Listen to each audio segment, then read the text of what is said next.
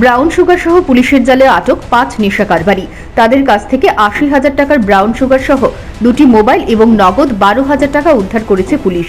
এই বিষয়ে পূর্ব থানার পুলিশ জানায়, গোপন খবরের ভিত্তিতে তাদের কাছে খবর ছিল শিবনগর মডার্ন ক্লাব এলাকায় কিছু যুবক লেকের পাশে বসে ব্রাউন সুগার বিক্রি করছে। সেই খবরের ভিত্তিতে পুলিশ ঘটনাস্থলে যেতেই এই চক্রের 3 জনকে গ্রেপ্তার করে, কিন্তু পুলিশের আঁচ পেয়ে পালিয়ে যায় স্কুটির মালিক। ধৃত 3 নেশা কারবারির নাম বিশ্বজিৎ নমন, জুয়েল মিয়া, সুজিত সাহানি। তাদেরকে জিজ্ঞাসাবাদ করে কল্যাণীতে অভিযান চালিয়ে আরও 2 জনকে গ্রেপ্তার করে। তাদের নাম লিটন দাস এবং ভিকি তাঁতি। তাদের কাছ থেকে 16 গ্রাম ব্রাউন সুগার উদ্ধার করেছে পুলিশ।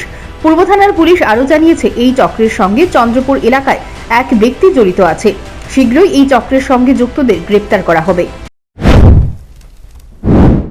গতকাল আমাদের সন্ধ্যার দিকে একটা ইনফরমেশন আছে কলেজটিলা বড়বাবুর নিকট, যে মডার্ন ক্লাব শিবনগর এলাকা এরিয়া, যে কলেজের নিচে যে লিকের পার আছে সেখানে ইলিগেলি 3-4 জন লোক কন্ট্রাব্যান্ড সেল করছে। এই খবরটা পাওয়ার পর ওসি কলেজটিলা এবং অন্যান্য অফিসার স্টাফ সহকারে ওখানে জয়েন্টলি রেড করা হয়। ওখানে প্রথমে 3 জন লোককে আমরা ধরতে পারি, একটি স্কুটি সহকারে। তাদের মধ্যে বিশ্বজিৎ নামা এলাইস মেনা, সেই লোকটা এর আগেও আমাদের এখানে অ্যারেস্ট হয়েছিল, তাকে সহকারে আমরা পাই। স্কুটির মালিক ওখান থেকে পালিয়ে যায় এবং অন্য 3 জন আমরা ডিটেইন করি।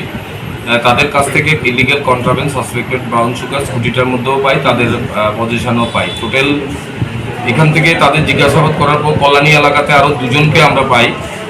টোটাল 5 জনকে আমরা ডিটেইন করি। তাদের নাম বিশ্বজিৎ নম এলাইস মিনা, জুয়েল মিয়া, সুজিত সাহানি এবং লিটন দাস, ভিকি তাঁতি। এই 5 জনকে আমরা ডিটেইন করি। তাদের কাছ থেকে একটি পাউচ এবং 150 ভায়েল আমরা পাই ইলিগাল কন্ট্রাব্যান্ড সহকারে। এগুলো ওয়েট করার পর আমরা দেখতে পাই এর মধ্যে মোট 16 গ্রাম সাসপেক্টেড ব্রাউন সুগার মজুদ আছে।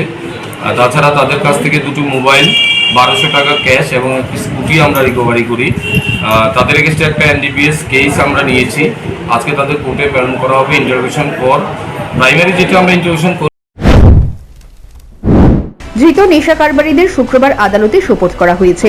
পুলিশ তাদেরকে জিজ্ঞাসাবাদের জন্য 3 দিনের পুলিশ রিমান্ডের আবেদন জানিয়েছে আদালতে। Bureau report, news prime Tripura.